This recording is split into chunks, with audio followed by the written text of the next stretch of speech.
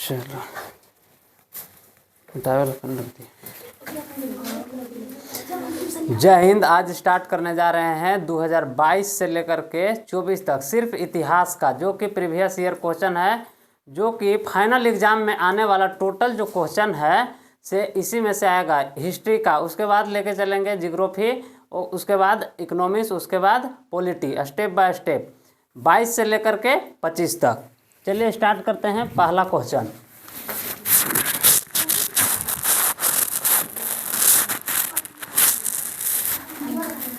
पहला क्वेश्चन है फ्रांस की मुद्रा। पहला है फ्रांस की मुद्रा। फ्रांस की मुद्रा लिब्रे। लिब्रे को किस वर्ष समाप्त कर दिया गया?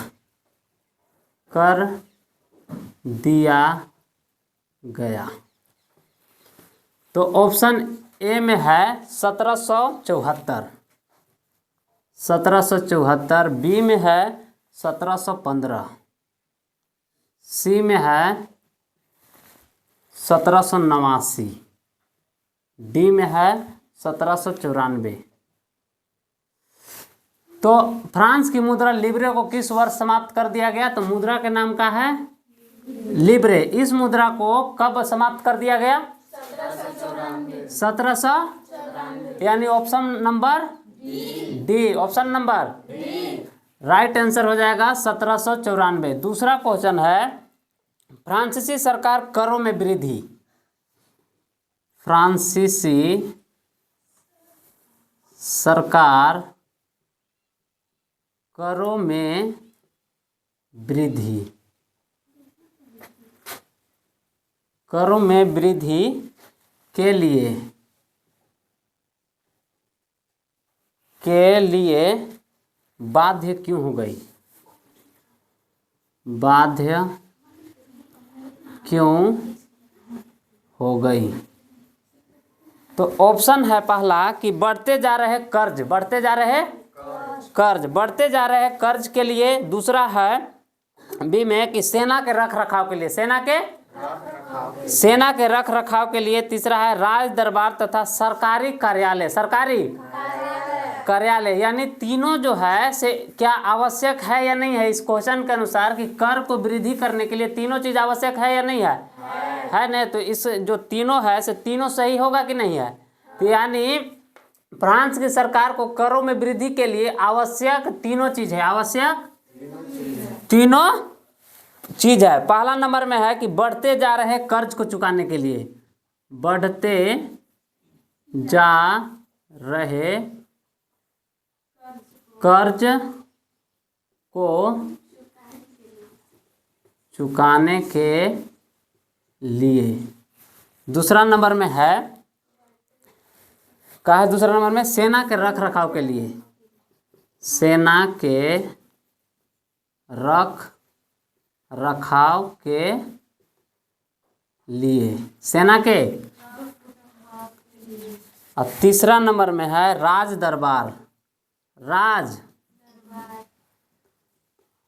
दरबार तथा सरकारी कार्यालय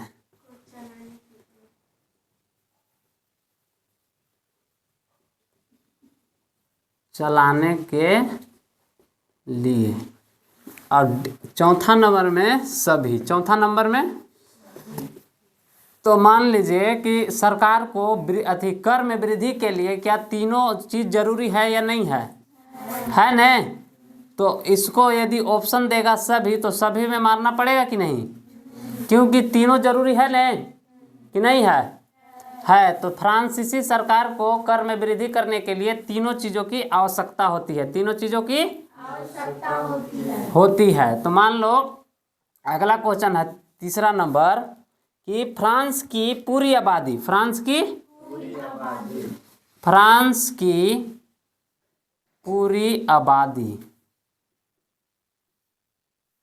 आबादी का लगभग 90%। कितना? 90% कौन लोग थे?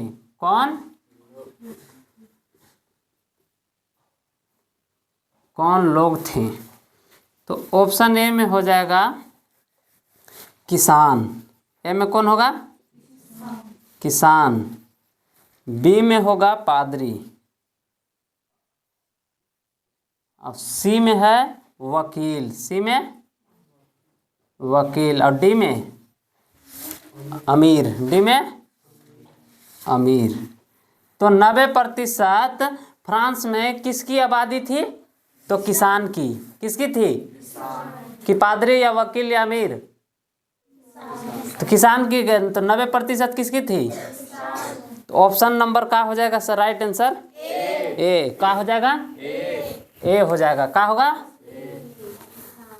चलिए अगला क्वेश्चन देखते हैं, चौथा number.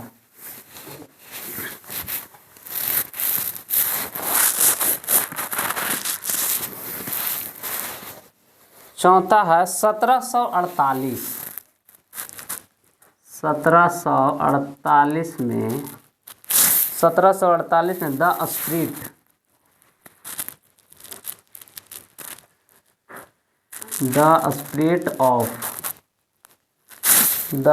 Spirit of the laws. The spirit of laws की रचना किसने की थी? किसने की थी? तो ऑप्शन ए है रूसो। ऑप्शन ए में क्या है? बी में मार्क्स। बी में मार्क्स। सी में मॉन्टेस्क्यू।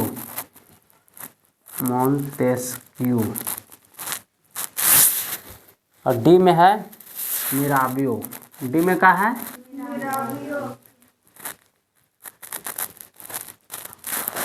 तो क्वेश्चन कह रहा है कि 1748 में the spirit of the laws की रचना किसने की थी? तो ए में है रूसो। क्या रूसो है? बी में मार्क्स। सी में है मॉन्टेस्क्यू। डी में है मिराबियो। डी में तो इसका आंसर राइट कौन सा हो जाएगा? मॉन्टेस्क्यू। कौन नाम है? मॉन्टेस्क्यू। चलिए अगला क्वेश्चन नंबर 5। क्वेश्चन नंबर 5 कहता है जब 1791 में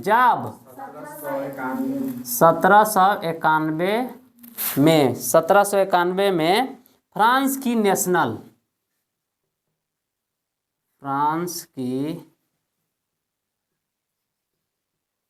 नेशनल असेंबली ने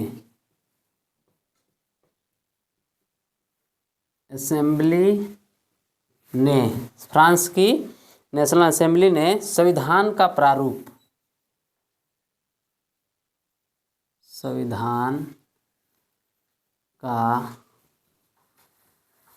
प्रारूप पूरा कर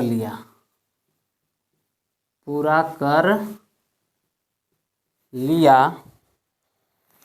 तो इसका मुख्य उद्देश्य क्या था? इसका मुख्य उद्देश्य क्या था? मुख्य उद्देश्य क्या था? ऑप्शन ए है सम्राट की शक्तियों को सीमित करना। ऑप्शन ए में क्या है? सम्राट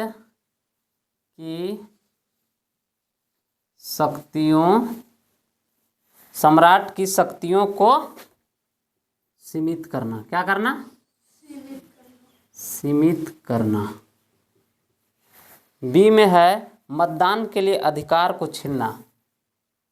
यानी वोट जो देने वाला होता है, वोट जो देता ना है, वोट देने का अधिकार को क्या करना? अधिकार को छीनना।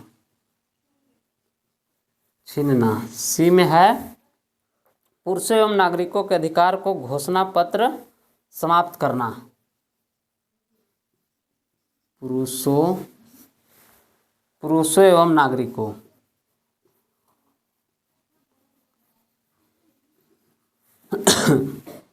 पुरुषों एवं नागरिकों के अधिकार के घोषणा पत्र, कौन सा पत्र? घोषणा पत्र को क्या करना? समाप्त कर देना। समाप्त कर देना। डी में है इनमें सभी, इनमें सभी। क्वेश्चन कह रहा है कि जब 1791 में जब फ्रांस की नेशनल असेंबली उसी को कहते हैं जहां बैठने के लिए संविधान का रहता है, जहां सभी लोग जो मुख्य लोग होते हैं बैठ करके जो देश के चलाने वाले होते हैं वो कहाँ बैठते हैं? असेंबली में। कहाँ बैठते हैं? यानी संविधान जहाँ रहता है, चलता है, जहाँ पर से हर चीज़ का फैसला लिया जाता है, उसी को कहते हैं। ठीक नहीं? तो प्रारूप जब फ्रांस ने पूरा कर लिया तो इसका मुख्य उद्देश्य क्या था? इसका मुख्य उद्देश्य क्या था? तो घोषणा पुरुषों एवं नागरिकों के सी में है, पुरुषों एवं नागरिकों का अधिकार घोषणा पत्र को समाप्त कर देना। घोषणा पत्र को तो संविधान ऐसा तो करेगा नहीं, करेगा ऐसा? तो ये का सही होगा? नहीं। वोट देने का अधिकार को छीनना, ये भी का सही है? नहीं। सम्राट की शक्तियों को सीमित करना, ये का हो जाएगा? सही। समझ में आया नहीं? अगला क्वेश्चन है 6ठा नंबर। अगला क्या है? 6ठा नंबर कहता है कि फ्रांसीसी उपनिवेशों में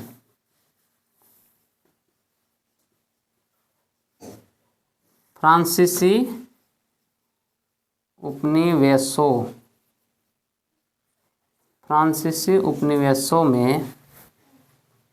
उपनिवेशों में कौन सी प्रथा का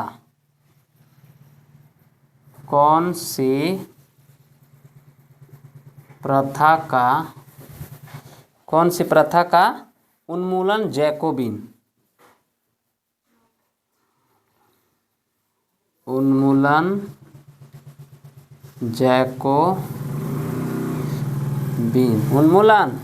जैकोबिन शासन के क्रांतिकारी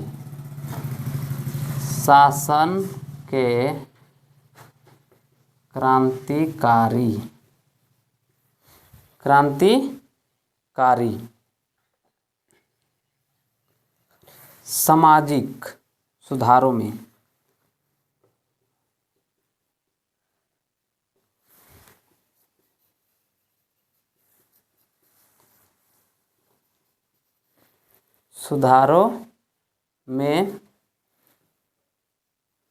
से एक था। ऑप्शन ए जो है से कह रहा है दहेज प्रथा। ऑप्शन ए का है दहेज प्रथा। समझ आता ना? किसको कहते हैं? दहेज जो लेता है उसको कहते हैं दहेज प्रथा। क्या कहते हैं? अगला होता है दास प्रथा। अगला क्या होता है? दास प्रथा। अच्छा, किसको कहते हैं?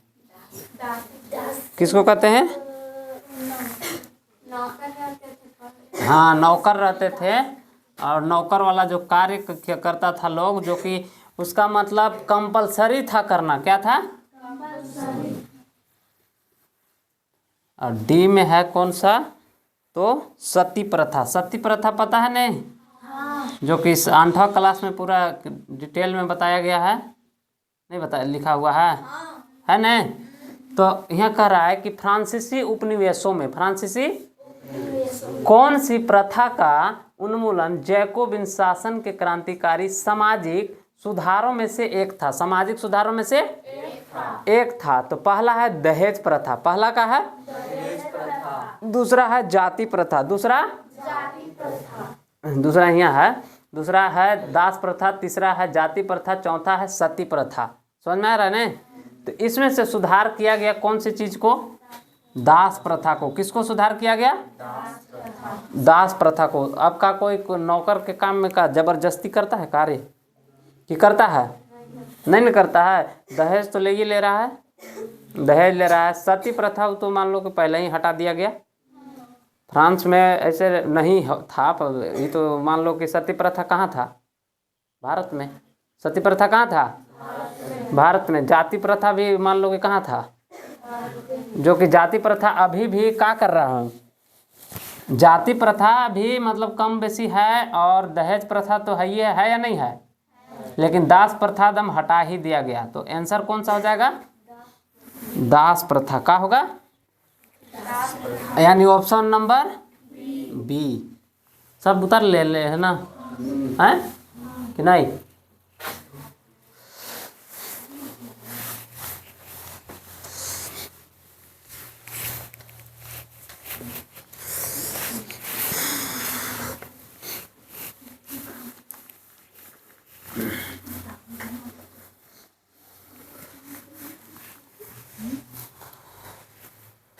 इंक है नहीं है। अगला क्वेश्चन है 7वां नंबर, कौन सा? 7 में कहता है कि निम्न में से कौन, निम्न में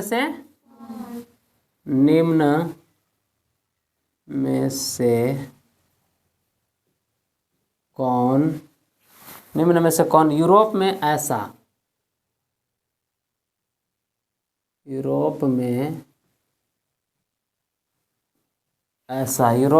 ऐसा राष्ट्र चाहते हैं?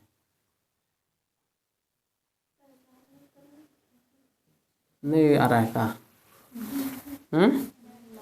क्वेश्चन नहीं आ रहा है?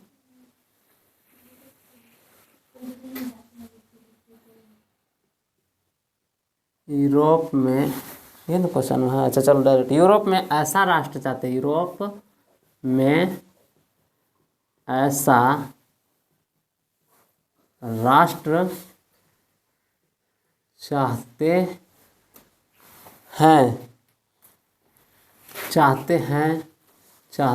थे कि जिसमें सभी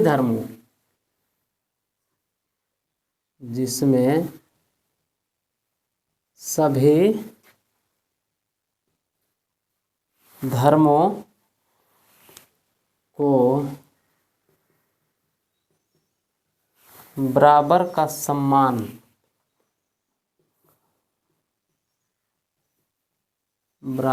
सम्मान और जगह मिले,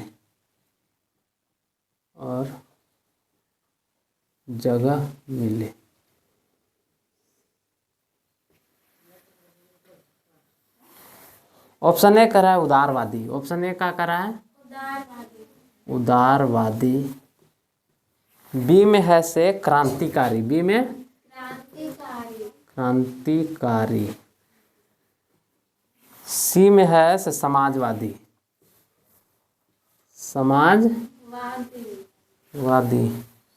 डी में है राष्ट्रवादी, डी में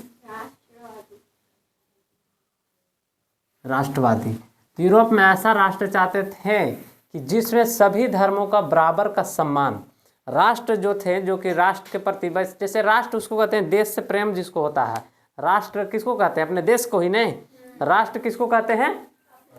तो अपने देश में चाहते थे कि जिसमें सभी धर्मों का बराबर का सम्मान, सभी धर्मों को क्या मिले? बराबर का सम्मान और जगह मिले, सम्मान और जगह मिले। ऑप्शन ए कहता है उदारवादी, बी कहता है क्रांतिकारी, सी समाजवादी, डी राष्ट्रवादी।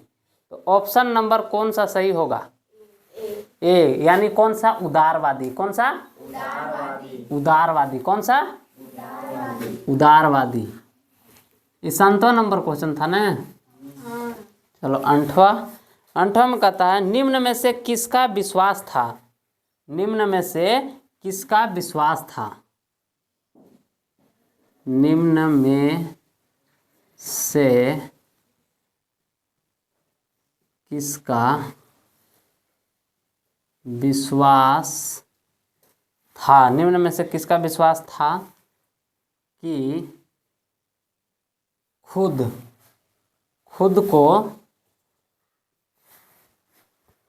को पूंजीवादी शोषण, पूंजीवादी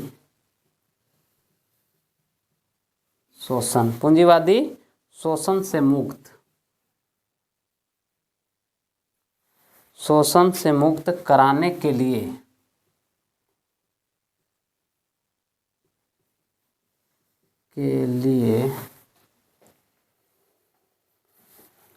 मजदूरों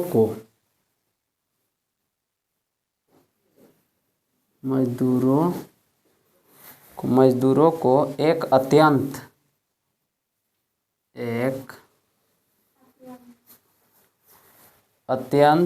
भिन्न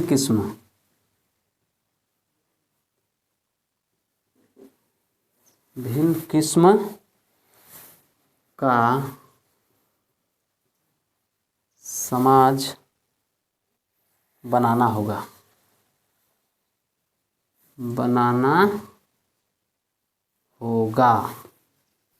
ऑप्शन ए कहता है फ्रेडरिक एंगल्स।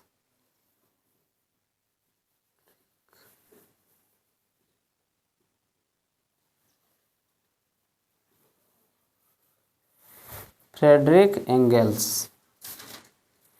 बी में है रॉबर्ट ओवेन।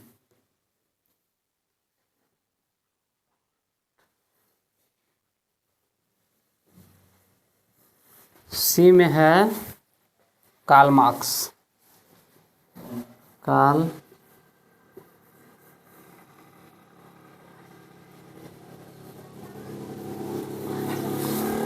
मार्क्स। डी में जार निकोलस।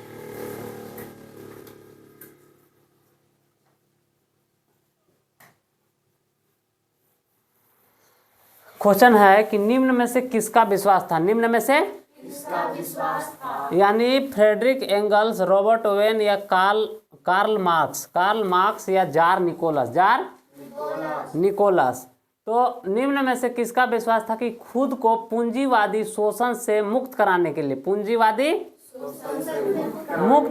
के लिए मजदूरों को एक अत्यंत भिन्न किस्म का समाज बनाना होगा। कैसा समाज बनाना होगा? भिन्न किस्म का समाज बनाना होगा। यानी इसमें से किसका था कि भिन्न किस्म का समाज बने? बताओ। किसका था? कार्ल मार्क्स का। किसका था? कार्ल मार्क्स का। इसको ये चाहता था कि भिन्न किस्म का और पूंजीवादी शोषण से मुक्त हो। पूंजीवादी शोषण से मुक्त हो। तो ऐसा चाहता था कार्ल मार्क्स। कौन चाहता था? Karl Marx. अगला क्वेश्चन है 9वां नंबर। कितना नंबर? कौन सा नंबर? 9वां नंबर। Finland Latvia. तो लोग का नींद लग रहा है?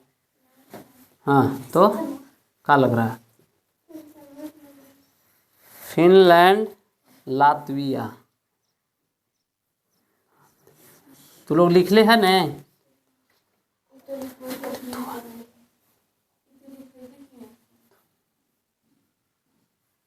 बस 12 तक। Lithuania, Estonia.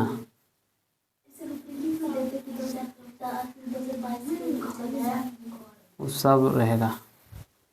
एस्टोनिया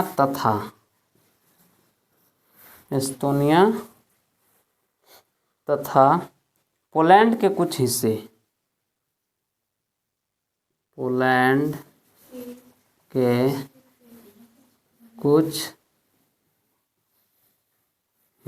कुछ हिस्से किस साम्राज्य के अंग थे?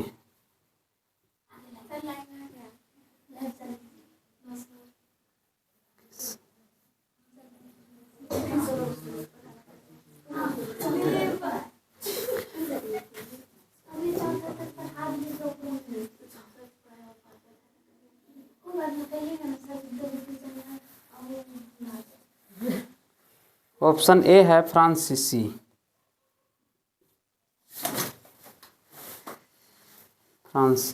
बी में है इटली। सी में है जर्मनी।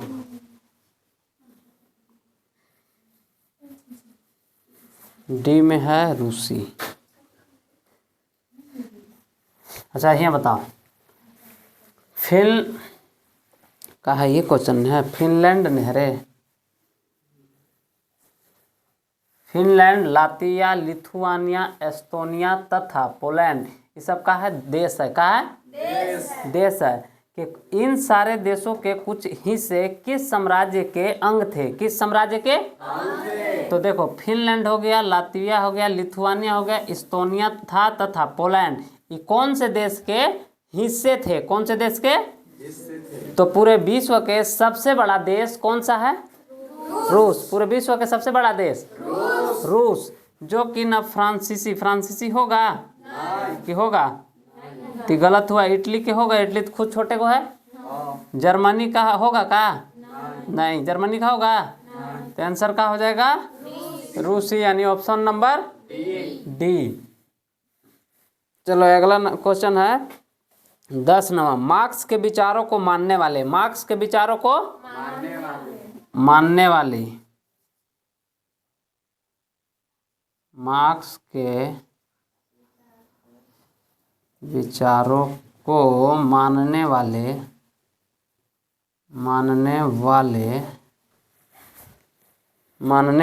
समाजवादियों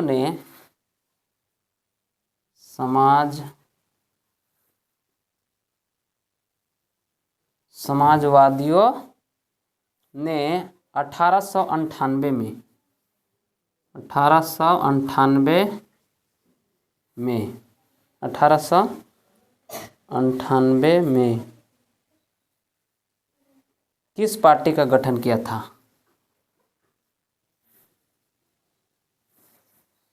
किस पार्टी का गठन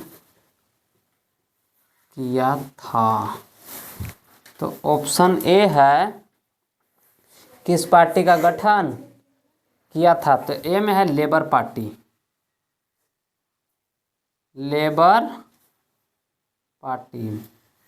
बी में है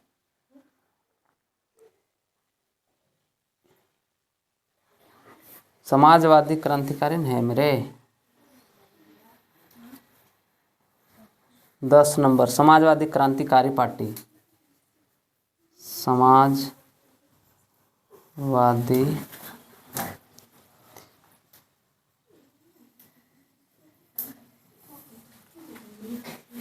बी में है रशियन सोशल डेमोक्रेटिक, रशियन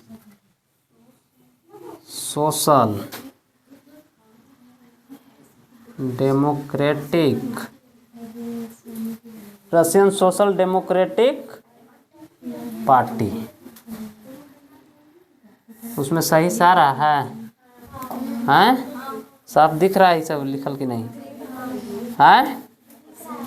सी में है लेबर पार्टी,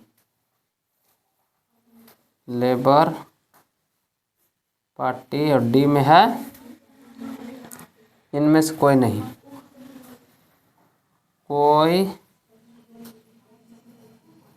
तो बताओ मार्क्स के विचारों को मानने वाले समाजवादियों में 1898 में कितना में 1898 में किस पार्टी का गठन किया था? किस पार्टी का गठन ए में है समाजवादी क्रांतिकारी पार्टी, ए में क्या है बी में है Russian Social Democratic Party, B में क्या है Russian Social Democratic Party, C में है लेबर पार्टी, डी में है इनमें से कोई नहीं, इनमें से कोई नहीं। तो आंसर इसका क्या हो जाएगा B, Russian Social Democratic Party. या इंग्लिश में लिखल रहे चाहे हिंदी में, बात बराबर है, इसमें कोई दो राय नहीं है, ठीक ना। अब अगला क्वेश्चन है 11 नंबर, कौन सा 11,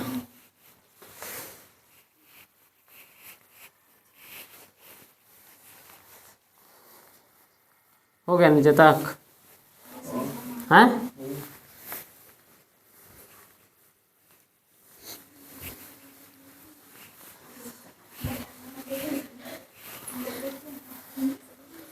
11 में कह रहा है 1914 में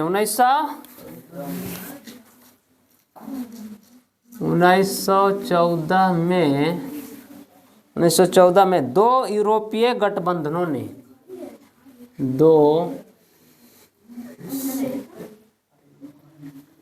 दो यूरोपीय गठबंधनों के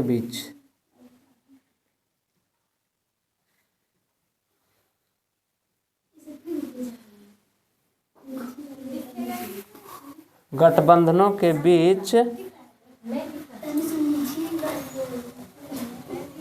युद्ध छिड़ गया। युद्ध छिड़ गया। युद्ध छिड़ गया। एक खेमे में जर्मनी, एक खेमे में बता रहे हैं, एक खेमे में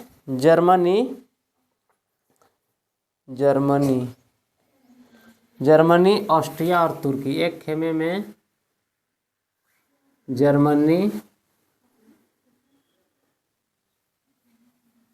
ऑस्ट्रिया तुर्की। एक खेमे में कितना कौन कौन सा है? जर्मनी ऑस्ट्रिया और तुर्की थे। एक खेमे में कितने थे? कौन कौन थे? जर्मनी ऑस्ट्रिया तुर्की। दूसरे में कौन कौन देश थे? दूसरे में कौन कौन थे? ऑप्शन ए होगा फ्रांस, ब्रिटेन व रूस। France,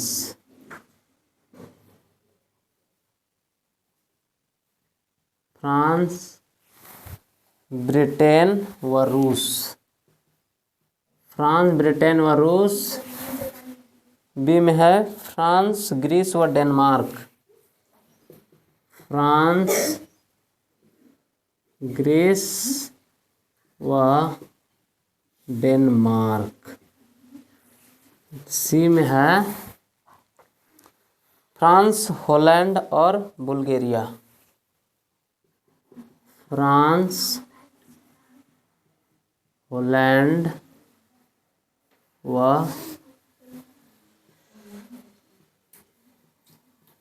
Bulgaria. डी में है फ्रांस, स्विट्जरलैंड और आइसलैंड। France, Switzerland,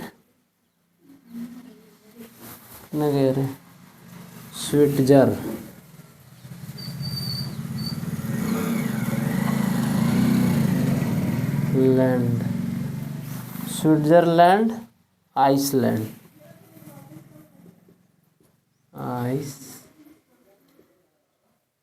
Iceland. तो क्वेश्चन है कि 1914 में, जो कि विश्व युद्ध कब से छिड़ा था? 1914 से चला था 18 तक। कब तक चला था? तो 1914 में दो यूरोपीय मतलब महादेश, हमारा भारत देश कौन सा देश है? कौन सा महादेश है? में है। कौन सा महादेश में? एशिया। कौन से महादेश में? एशिया। उसी तरह इस सारे जो देश हैं वो कौन से महादेश में? यूरोपीय महादेश में। कौन में? यूरोपीय। तो यूरोपीय महादेश के गठबंधनों के बीच युद्ध छिड़ा। किनके बीच युद्ध छिड़ा? यूरोपीय गठबंधनों के बीच युद्ध छिड़ गया। एक तरफ से, मतलब खेमे का मतलब होता है एक तरफ से। एक तरफ से था जर्मनी। एक तरफ से कौन था?